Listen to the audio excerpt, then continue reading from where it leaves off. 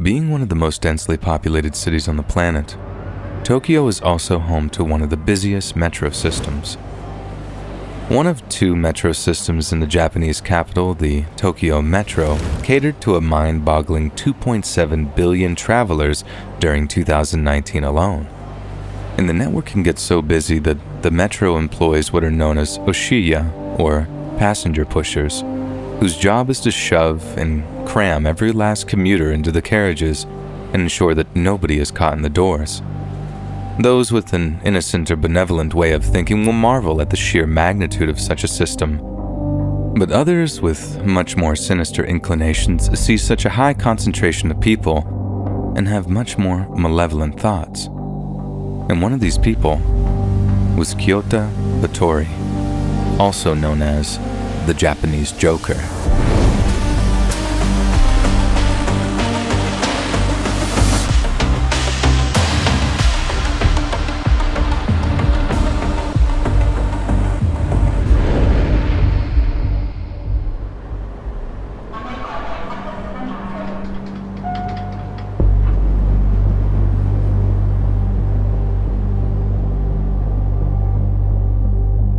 On Halloween of 2021, at around 8 p.m. Japanese time, a group of commuters were traveling into Kokoryo Station on the Keio line in Chofu, one of Tokyo's western suburbs. At the previous stop, the passengers of one train car had been somewhat alarmed to see a young man boarding the train who appeared to be dressed as the Joker. He wore a dark blue suit that had just a hint of purple to it, along with a green shirt and patterned tie. It was Kyota Hattori. Halloween is a widely celebrated holiday in Japan, especially in metropolitan areas, so while it wasn't entirely unexpected to see a person in fancy dress that evening, there was something about this particular young man that seemed to put people on edge. It was something in the way he moved, something in the way he eyed them up while the lower half of his face was concealed with a COVID mask. He sat far too comfortably next to a fellow passenger, attempting to make eye contact with them, behavior which is considered shockingly rude in Japanese public transport culture. Kyota persisted, and when the 72-year-old man finally turned to look at him, Kyota reached into the pocket of his dark blue jacket and pulled out a spray bottle filled with hydrochloric acid. Then all their fellow passengers could do was watch in horror as Kyota aimed the spray bottle at his neighbor's eyes before unleashing a torrent of stinging fluid directly into his eyes. The man screamed, his hands flying up to his face in an attempt to wipe the acidic substance from his now burning eyeballs. And then, while the man was blinded and defenseless, Kyota pulled out an 11-inch long kitchen knife and plunged it into the man's chest. Some later said that they believed the whole thing to be nothing more than an elaborate Halloween prank, since the holiday is so widely regarded in the greater Tokyo area. But there was something a little too convincing about the way the man screamed, something a little too convincing about the hot blood that poured out of his chest and the smell of it that suddenly filled the air. Then, as Kyota turned on them, a look of wild hatred in his eyes, the horrific realization hit them like a ton of bricks. This wasn't a prank. It was real. Panic ensued. People screamed. People ran, all desperate to get away from the manic and the bizarre costume. Yet Kyota had a plan for those who tried to flee. He reached into his jacket pocket to pull out two more items, a cigarette lighter and a bottle of flammable liquid.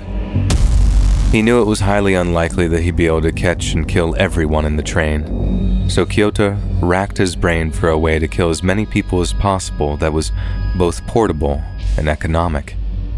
And that's probably when he remembered the Daegu subway fire of 2003.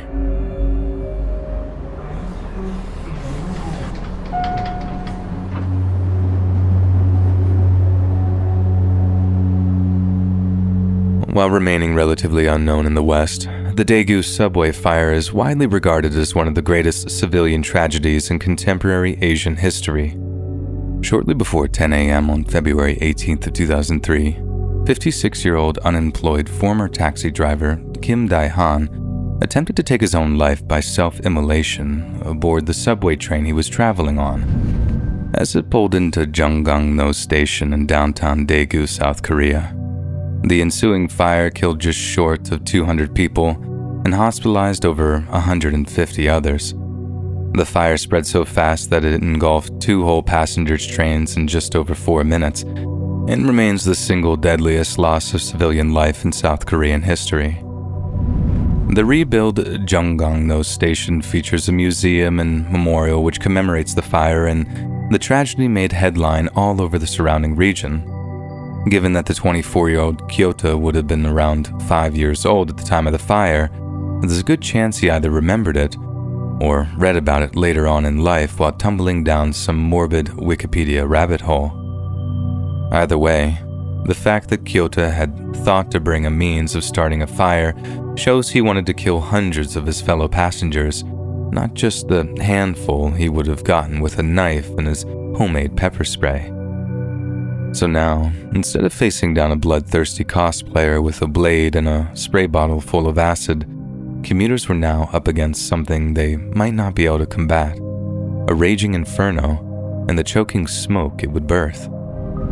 Thankfully, the Tokyo metro system has some marvelously advanced safety mechanisms built into it, and as the now burning train passed through Fuda Station, one of the passengers pressed the emergency alarm. In response, the train planned to make an automated emergency stop at the upcoming Kokyuryo station. Then, while the train was approaching it, another passenger yanked on the emergency door release handle, causing the train to stop around 2 to 3 meters before its proper parking position.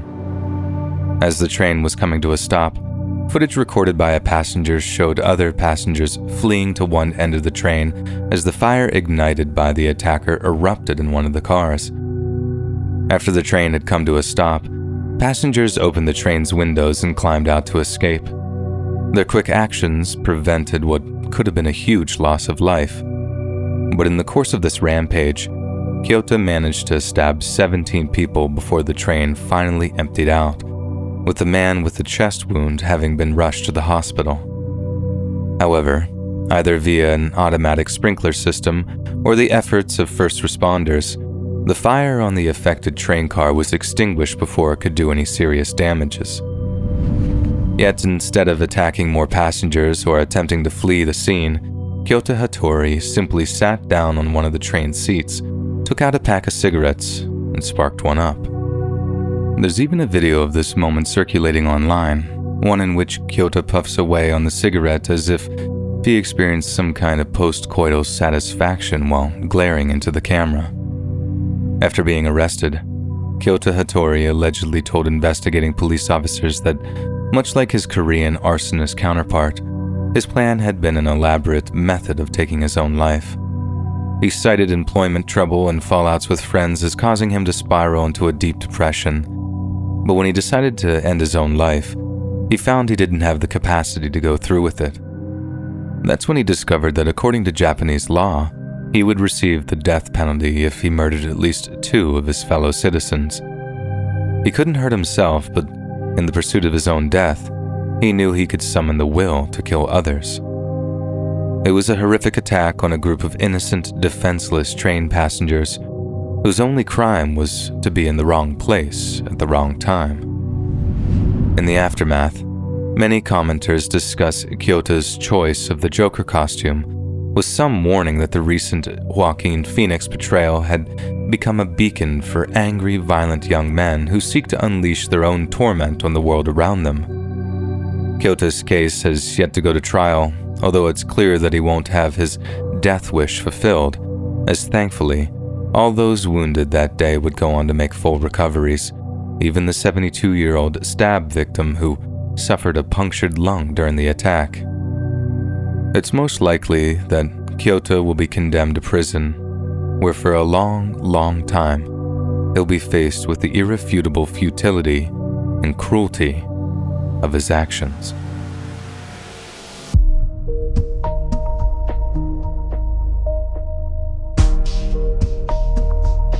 Hey friends, thanks so much for watching. Just a quick heads up, I release new videos every second Tuesday at 7 p.m. EST.